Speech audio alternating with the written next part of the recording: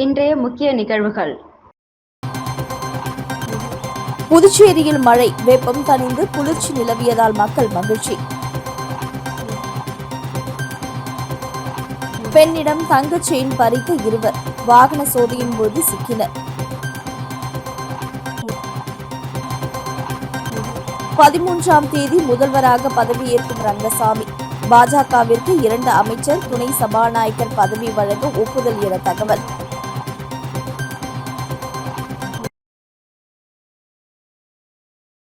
புதுச்சேரியில் தேஜ கூட்டணியின் சட்டமன்ற கட்சித் தலைவராக முதலமைச்சர் ரங்கசாமி தேர்வு செய்யப்பட்டதை அடுத்தது துணைநிலை ஆளுநரை சந்தித்து ஆட்சி அமைக்க தேஜ கூட்டணியினர் உரிமை கோரி கடிதம் வழங்கினர். தொடர்ந்து வருகின்ற 13ஆம் தேதி முதலமைச்சராக ரங்கசாமி பதவியேற்க உள்ளதாகவும் அதற்கு பின்னர் அமைச்சர்கள் பதவியேற்பார்கள் என தெரிவித்தார். புதுச்சேரி சட்டமன்ற தேர்தலில் தேஜ கூட்டணி 18 தொகுதிகளில் வெற்றி பெற்று மீண்டும் ஆட்சியை பிடித்துள்ளது. இதில் என்ஆர் காங்கிரஸ் 12, பாஜக 4, அதிமுக 1, லாஜக 1 ஆகிய இடங்களில் வெற்றி பெற்றுள்ளது. புதுச்சேரியில் உள்ள 30 எம்எல்ஏக்களில் ஆட்சி அமைக்க 17 எம்எல்ஏக்கள் ஆதரவு தேவை. தேசிய ஜனநாயக கூட்டணிக்கு 18 எம்எல்ஏக்கள் பலம் உள்ளதால் மீண்டும் ரங்கசாமி தலைமையில் கூட்டணி ஆட்சி அமைய உள்ளது. இதனிடையே என்ஆர் காங்கிரஸ் சட்டமன்ற கட்சி தலைவராக ரங்கசாமி தேர்வு செய்யப்பட்டார். அதேபோல பாஜக சட்டமன்ற கட்சி தலைவராக நமச்சிவாயம் தேர்வு செய்யப்பட்டார். இதையடுத்து கடந்த 6ஆம் தேதி 15வது சட்டப்பேரவை கவர்னர் ஆணையின்படி கலைக்கப்பட்டது. தொடர்ந்து நேற்று முதலமைச்சர் பதவியை ராஜினாமா செய்வதாக துணைநிலை ஆளுநர் கைலாஷ்நாதரிடம் ரங்கசாமி கடிதம் வழங்கினார். இதனிடையே காமராஜ் நகர் சாலையில் உள்ள தனியார் ஹோட்டலில் தேஜ கூட்டணி கட்சி நிர்வாகிகள் கூட்டம் நடந்தது.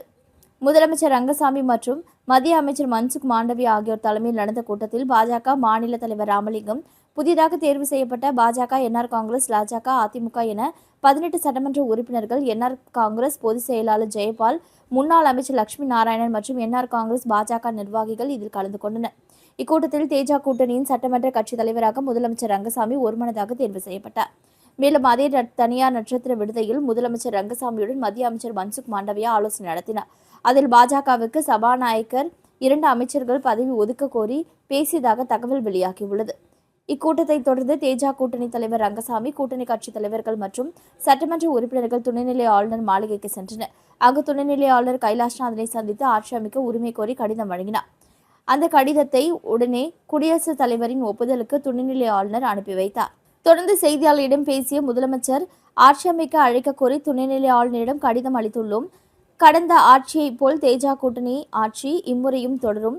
வருகின்ற 13ஆம் தேதி தான் முதலமைச்சராக பதவியேற்க உள்ளதாகவும் அமைச்சரவை அமைத்த பின்னர் தெரிவிக்கப்படும் என தெரிவித்தார். முதலமைச்சரை தொடர்ந்து ஆளுநர் மாளிகையில் இருந்து வெளியே வந்த பாஜக மாநில தலைவர் ராமலிங்கம் செய்தியாளர்களிடம் பேசியபொழுது, புதியதாக அமையவுள்ள தேஜ கூட்டணி அமைச்சரவையில் ஏற்கனவே இருந்த மாதிரியே சபாநாயகர், 2 அமைச்சர்கள் கேட்டு பேச்சுவார்த்தையில் உடன்பாடு ஏற்பட்டுள்ளதாக தெரிவித்தார். கோடை வெப்பத்தால் மக்கள் அவதிப்பட்டிருந்த நிலையில் தற்பொழுது புதுச்சேரியில் விடியற்காலை முதல் இடியுடன் கூடிய கனமழை பெய்து வருவதால் குளிர்ச்சியான சூழல் நிலவுவதால் பொதுமக்கள் மகிழ்ச்சி அடைந்துள்ளனர். கோடை காலத்தை முன்னிட்டு புதுச்சேரியில் கடந்த சில நாட்களாகவே வெப்பத்தின் தாக்கம் அதிகரித்திருந்தது. இதனிடையே கடந்த ஓரிரு நாட்களாக இரவு நேரங்களில் மற்றும் லேசான சாரல் மழை பெய்து வந்தது. இந்த நிலையில் குமரிக்கடல் பகுதியில் மேல் ஒரு வளிமண்டல சுழற்சி நிலவி வருவதால் தமிழகம், புதுச்சேரி மற்றும் காரைக்கால் பகுதிகளில் இடி மின்னலுடன் கூடிய லேசானது முதல் மிதமான மழை பெய்யக்கூடும் என சென்னை வானிலை ஆய்வு மையம் தெரிவித்திருந்தது. அதன்படி இன்று விடியற்காலை முதல் புதுச்சேரியில் இடியுடன் கூடிய மழை பெய்து வருகிறது. குறிப்பாக கடற்கரை சாலை, உப்பளம், ராஜ்பவன், முத்தியால்பேட்டை, நெல்லித்தோப்பு, உருளையன்பேட்டை உள்ளிட்ட அனைத்து நகர பகுதிகளிலும், அதேபோல திருக்கனூர், சோம்பட்டு, கன்னிக்கோவில், காலாப்பட்டு, வில்லியனூர், மதுக்கடிப்பட்டு உள்ளிட்ட அனைத்து கிராம பகுதிகளிலும் மழையானது தொடர்ந்து பெய்து வருகிறது. கடும் வெப்பத்தால் அவதிப்பட்டிருந்த மக்கள் தற்பொழுது இந்த மழையால் ஏற்பட்டுள்ள குளிர்ச்சியான சூழலால் மகிழ்ச்சி அடைந்துள்ளனர். வில்லியனூர் பைபாஸ் ரோட்டில் சிக்னலுக்காக மோட்டார் சைக்கிளில் கணவருடன் இருந்த பெண்ணிடம் தங்கச் சங்கிலியை பறித்து சென்ற 2 குற்றவாளிகள் தீவிர வாகன சோதனையில் பிடிபட்டனர். கடந்த ஒரு சில தினங்களுக்கு முன்பாக வில்லியனூர் பைபாஸ் சாலையில் சிக்னலில் இருசக்கர வாகனத்தில் இருந்த பெண்ணிடம் தங்கச் சங்கிலியை பறித்து சென்ற நபரை வில்லியனூர் போலீசார் சிசிடிவி காட்சியை வைத்து தீவிர விசாரணை மேற்கொண்டனர். மேற்கு காவல் கண்காணிப்பாளர் சுப்பிரமணியன் உத்தரவின் பேரில் பயிற்சி IPS அதிகாரி கதிரவன் மேற்பார்வையில் வில்லியனூர் காவல் நிலைய ஆய்வாளர் கலைச்செல்வன் மற்றும் உதவி ஆய்வாளர் திருமுருகன் தலைமையிலான போலீசார் தீவிர விசாரணை மேற்கொண்டு குற்றவாளியை தேடி வந்த நிலையில் கடந்த 2 நாட்களுக்கு முன்பு வில்லியனூர் புதுச்சேரி புதிய பைபாஸ் சாலை அருகே காவல் கண்காணிப்பாளர் குற்றப்பிரிவு காவலர்கள் ரங்கராஜ், ராஜரத்தினம், பிரபு, காவல் நிலைய குற்றப்பிரிவு காவலர்கள் சதீஷ் மற்றும் ஐயனார் ஆகியோர் தீவிர வாகன சோதனையில் ஈடுபட்டிருந்த பொழுது சந்தேகத்திற்கு இடமளிக்கும் வகையில் தங்கச் சங்கிலியை பறித்து சென்ற நபர் அதே சட்டையுடன் அடையாளம் கண்டு சந்தேகத்தின் அடிப்படையில் பிடிக்க சென்ற பொழுது இருசக்கர வாகனத்தை போட்டுவிட்டு தப்பி ஓட முயன்றார். அப்போது குற்றப்பிரிவு காவலர்கள் தப்பிக்க முயன்ற 2 பேரையும் அடக்கி பிடித்து குற்றவாளிகள் ஓட்டி வந்த இருசக்கர வாகனத்தையும் பறிமுதல் செய்து வில்லியனூர் காவல் நிலையத்தில் ஒப்படைத்தனர். பின்னர் தீவிர விசாரணையை மேற்கொண்டதில் தமிழக பகுதி ஆலங்குப்பம் கிராமத்தை சேர்ந்த அபினேஷ் என்பதும், இவர் மீது தமிழக பகுதியில் சுமார் 30க்கும் மேற்பட்ட பல்வேறு வழக்குகள் நிலுவையில் உள்ளதும், அவரது கூட்டாளியான திருபுவனை பகுதியைச் சேர்ந்த பாலாஜி என்பவர் மீது போக்சோ வழக்குகள் உள்ளிட்ட பல்வேறு வழக்குகள் புதுச்சேரி காவல் நிலையங்களில் நிலுவையில் உள்ளதும் தெரியவந்தது. இருவரும் சிறையில் இருந்தபொழுது நட்பு உறவை வைத்து கொண்டு பல்வேறு குற்ற சம்பவங்களில் ஈடுபட்டதும், குறிப்பாக வழிப்பறி சம்பவத்தில் சாதுரியமாக செயல்பட்டதும் தெரியவந்தது. பின்னர் தம்பதியிடமிருந்து பறித்து சென்ற தங்கச்சங்கிலியை ஒரு அடகு கடையில் வைத்து படம் பெற்ற அந்த பணத்தின் மூலமாக அபினேஷ் தாய்க்கு தங்க நகை வாங்கியதும் கஷ்டப்படாமல் சொகுசு வாழ்க்கை வாழ்வதற்கு வழிப்பறியில் ஈடுபட்டதாகவும் விசாரணையில் வாக்குமூலம் அளித்தார். மேலும் 2 குற்றவாளிகளும் ஓட்டி வந்த இருசக்கர வாகனம் செங்கல்பட்டு மாவட்டத்தில் திருடியதும் விசாரணையில் தெரியவந்தது. மேலும் கைது செய்யப்பட்ட 2 குற்றவாளிகள் மீது வழக்கு பதிவு செய்து மேஜிஸ்ட்ரேட் முன்னிலையில் ஆஜர்படுத்தி காலாப்பட்டு மத்திய சிறையில் அடைத்தனர்.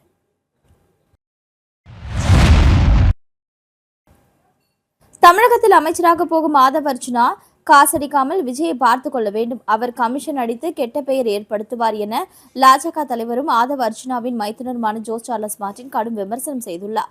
புதுச்சேரியில் தேஜா கூட்டணியில் இடம்பெற்றுள்ள லட்சிய ஜனநாயக கட்சி சார்பில் அதன் தலைவர் ஜோஸ் சார்லஸ் மார்டின் காமராஜ் நகரில் போட்டியிட்டு வெற்றி பெற்றார்.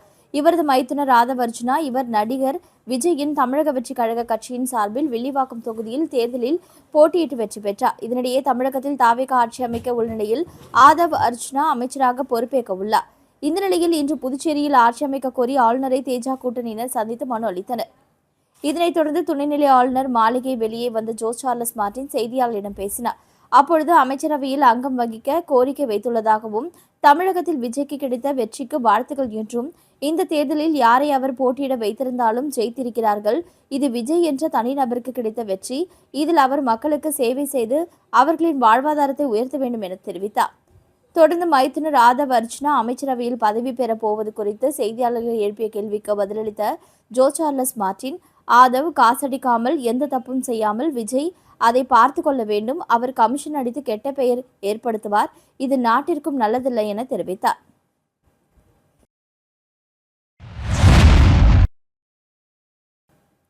தமிழகத்தில் தாவேகா ஆட்சி அமைக்க கம்யூனிஸ்ட் கட்சிகள் ஆதரவு தெரிவித்துள்ள நிலையில் நாளை தமிழக முதல்வராக விஜய் பதவியேற்பார் என்ற தகவல் வெளியானது. இதையடுத்து புதுச்சேரியில் தாவேகாவினர் பட்டாசு வெடித்தும் பொதுமக்களுக்கு இனிப்புகள் வழங்கியும் கொண்டாடினர். தமிழகத்தில் நடந்து முடிந்த சட்டமன்ற தேர்தலில் 108 இடங்களை கைப்பற்றி தனிப்பெரும் கட்சியாக தமிழக வெற்றிக் கழகம் உருவானது. ஆனால் ஆட்சி அமைக்க தேவையான மெஜாரிட்டி கிடைக்காததால் அக்கட்சியின் தலைவர் விஜய் தமிழக முதல்வராக பதவியேற்பதில் சிக்கல் நிலவியது. இதனையடுத்து திமுக கூட்டணியில் இருந்து காங்கிரஸ் அக்கூட்டணியில் விலகி தாவேகாவுடன் புதிய கூட்டணியை அமைத்தது. இதனையடுத்து காங்கிரஸில் வெற்றி பெற்ற 5 எம்எல்ஏக்களும் விஜய் ஆட்சி அமைக்க ஆதரவு தெரிவித்தனர். தொடர்ந்து பெரும்பான்மைக்கு இன்னும் 6 இடங்கள் தேவை என்ற நிலையில் இருந்த நிலையில் 2 கம்யூனிஸ்ட் கட்சிகளும் நிபந்தனையற்ற ஆதரவு அளித்ததன் பேரில் மேலும் விசிகாவும் தங்களது ஆதரவை தாவேகா அளிப்பதாக தகவல் வெளியான நிலையில் தங்களை ஆட்சி அமைக்க அழைக்குமாறு ஆளுநரை சந்தித்து விஜய் கடிதம் அளித்தார். இதனையடுத்து விஜய் சனிக்கிழமை தமிழகத்தின் முதலமைச்சராக பதவியேற்க உள்ளதாக தகவல்கள் வெளியானது. இதனையடுத்து தமிழகம் முழுவதும் உள்ள தாவேகாவினர் கொண்டாட்டத்தில் ஈடுபட்டனர். இதனிடையே புதுச்சேரியில் தாவேகாவினர் அண்ணா சிலை அருகே பட்டாசு வெடித்தும் பொதுமக்களுக்கு இனிப்புகள் வழங்கியும் விஜய் முதலமைச்சராக பதவியேற்பதை கொண்டாடினர்.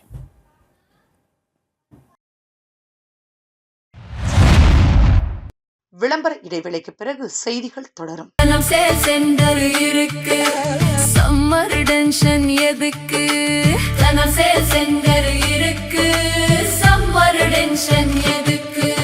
தனம்ல ஏசி வாங்கி சம்மரை சில் பண்ணுங்க. தனம் சேல் சென்டர், காமராஜ் சாலை, பாண்டிச்சேரி. செய்திகள் தொடர்கின்றன. என்ஆர் காங்கிரஸ் தலைவர் முதலமைச்சர் ரங்கசாமி அவர்களே லட்சிய ஜனநாயக கட்சியின் தலைவரும் காமராஜ் நகர் தொகுதியின் சட்டமன்ற உறுப்பினருமான ஜோஸ் சார்லஸ் மார்டின் அவர்கள் பொன்னாடை மற்றும் பூங்கொத்து வழங்கி மரியாதை நிமித்தமாக சந்தித்து பேசினார். உடன் முதலியார்பேட்டை தொகுதியின் சட்டமன்ற உறுப்பினர் ஜான் குமாருடன் இருந்தார். தொண்டமாநத்தம் ஸ்ரீ சுயம்பு அரசனடி முத்தாள வாழியம்மன் ஆலயத்தில் 8ஆம் ஆண்டு சாகை வார்த்தல் மற்றும் ஊஞ்சல் உற்சவ நிகழ்ச்சியில் திரளான பக்தர்கள் பங்கேற்று சுவாமி தரிசனம் செய்தனர். புதுச்சேரி மாநிலம் மூசூர் சட்டமன்ற தொகுதிக்குட்பட்ட தொண்டமாநத்தம் ஸ்ரீ சுயம்பு அரசனடி முத்தாலவாழியம்மன் ஆலயத்தில் 8ஆம் ஆண்டு சாகை வார்த்தல் திருவிழா நடைபெற்றது. மேலும் காலை அம்மனுக்கு சிறப்பு அபிஷேக ஆராதனையும் அதனைத் தொடர்ந்து மதியம் சாகை வார்த்தல் நிகழ்ச்சியும் அம்மனுக்கு தீப ஆராதனையும் காண்பிக்கப்பட்ட நிலையில் மதியம் விழாவில் கலந்து கொண்ட பக்தர்கள் அனைவருக்கும் அன்னதானம் வழங்கப்பட்டது. இதனைத் தொடர்ந்து இரவு அம்மனுக்கு கும்பம் சாதம் படைத்து பக்தர்களுக்கு பிரசாதமாக வழங்கப்பட்டது. மேலும் முக்கிய நிகழ்வாக இரவு அம்மன் ஊஞ்சல் உற்சவம் வெகு சிறப்பான முறையில் நடைபெற்றது. இதில் திரளான பக்தர்கள் கலந்து கொண்டு அம்மனை வழிபட்டு சென்றனர். மேலும் ஊஞ்சல் உற்சவத்தில் தாலாட்டு பாடி சுவாமி தரிசனம் செய்தனர். தொடர்ந்து பம்பை வாத்தியம் முழங்க அம்மனுக்கு தீபாராதனை காண்பிக்கப்பட்டது. நிகழ்ச்சிக்கான ஏற்பாட்டினை தொண்டமாநத்தம் கிராம பொதுமக்கள் மிக சிறப்பான முறையில் செய்திருந்தனர்.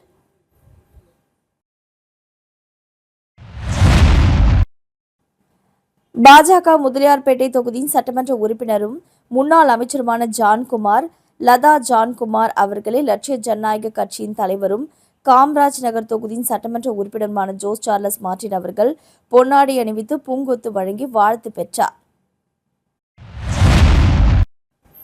இலங்கை கடற்படையால் கைது செய்யப்பட்ட காரைக்கால் மீனவர்கள் ஜோஸ் சார்லஸ் மார்டின் தீவிர முயற்சியால் விரைவில் விடுதலை செய்யப்பட்டு நாடு திரும்பினர். இதனையடுத்து அவர்கள் ஜோஸ் சார்லஸ் மார்டினுக்கு தங்கள் நன்றியை தெரிவித்துக் கொண்டனர். இலங்கை கடற்படையினரால் கைது செய்யப்பட்ட எங்களை வழக்கமாக இலங்கை அரசு 50 நாட்களுக்கு மேலாக சிறையில் வைத்திருந்து பின்னரே விடுதலை செய்வது நடைமுறையாக இருந்து வந்தது. ஆனால் காமராஜ் நகர் தொகுதி சட்டமன்ற உறுப்பினரும் லட்சிய ஜனநாயக கட்சியின் தலைவருமான ஜோஸ் சார்லஸ் மார்டின் தீவிரமான சட்ட ரீதியான முயற்சியால் சுமார் 14 நாட்களுக்கு முன்பாகவே எங்களை விடுதலை செய்து அனுப்பி வைத்துள்ளனர். இது எங்களுக்கு மிகுந்த மகிழ்ச்சியும் நிம்மதியும் அளிக்கிறது. இருப்பினும் எங்களுடைய மீன்பிடி படகுகள் இதுவரை மீட்கப்படவில்லை. அவற்றையும் விரைவில் மீட்டு தருவதற்கு அவர் நடவடிக்கை எடுக்க வேண்டும் என கேட்டுக்கொள்கிறோம். மேலும் எங்களின் விடுதலைக்காக தொடர்ந்து முயற்சி எடுத்த ஜோஸ் சார்லஸ் மார்டினுக்கு அவர்கள் தங்களது மனமார்ந்த நன்றிகளை தெரிவித்துக் கொண்டனர்.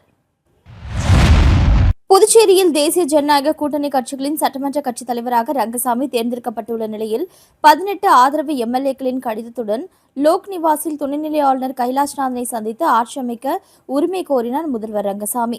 கூட்டணி சட்டமன்ற உறுப்பினர்களுடன் லட்சிய ஜனநாயக கட்சியின் தலைவரும் காமராஜ் நகர் தொகுதி சட்டமன்ற உறுப்பினரும் ஜோஸ் சார்லஸ் மார்டின் உடனிருந்தார்.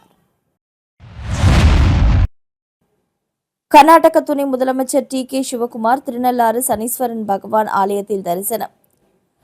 காரைக்கால் மாவட்டம் திருநள்ளாற்றில் புகழ்பெற்ற ஸ்ரீ தர்பானேஸ்வர சுவாமி தேவஸ்தானம் அமைந்துள்ளது. இங்கு சனீஸ்வர பகவான் தனி சந்நிதி கொண்டு அபயஹஸ்த முத்திரையுடன் அருள் பாலித்து வருகிறார். இக்கோவிலில் சனிக்கிழமை தோறும் ஏராளமான பக்தர்கள் வந்திருந்து நலன் குளத்தில் நீராடி சனீஸ்வர பகவானை தரிசனம் செய்து செல்கின்றனர். 2.5 ஆண்டுகளுக்கு ஒருமுறை நடைபெறும் சனிப்பெயர்ச்சி விழா இவ்வாலயத்தில் மிகவும் பிரசித்தி பெற்றதாகும். அப்பொழுது லட்சக்கணக்கான பக்தர்கள் திருநள்ளாற்றில் கூடி சனீஸ்வர பகவானை வழிபடுவது வழக்கம். இந்த நிலையில் இன்று கர்நாடக மாநில துணை முதலமைச்சர் டி.கே. சிவகுமார் திருநள்ளாறு ஸ்ரீ தர்பானேஸ்வரர் ஆலயத்தில் தரிசனத்திற்காக வந்திருந்தார். அவரை ஸ்வர்ண கணபதி சுப்பிரமணியர் ஸ்ரீ தர்பானேஸ்வரர் அதனைத் தொடர்ந்து மரகத லிங்கத்தை தரிசனம் செய்த பின்னர் ஸ்ரீ சனீஸ்வர பகவான் சன்னதிக்கு வந்து சனீஸ்வர பகவானை தரிசனம் செய்தார். அவருடன் மயிலாடுதுறை தொகுதி முன்னாள் எம்எல்ஏ ராஜ்குமார், காரைக்கால் மாவட்ட காங்கிரஸ் கட்சி பொறுப்பாளர்கள் உடன் கலந்து கொண்டனர். மீண்டும் இன்றைய முக்கிய நிகழ்வுகள். புதுச்சேரியில் மழை, வெப்பம் தணிந்து குளிர்ச்சி நிலவியதால் மக்கள் மகிழ்ச்சி. பெண்ணிடம் தங்க செயின் பறித்த 2 வாகன சோதனையின் போது சிக்கினர்.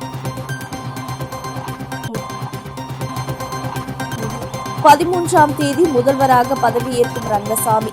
பாஜகவிற்கு 2 அமைச்சர், துணை சபாநாயகர் பதவி வழங்க ஒப்புதல் என தகவல்.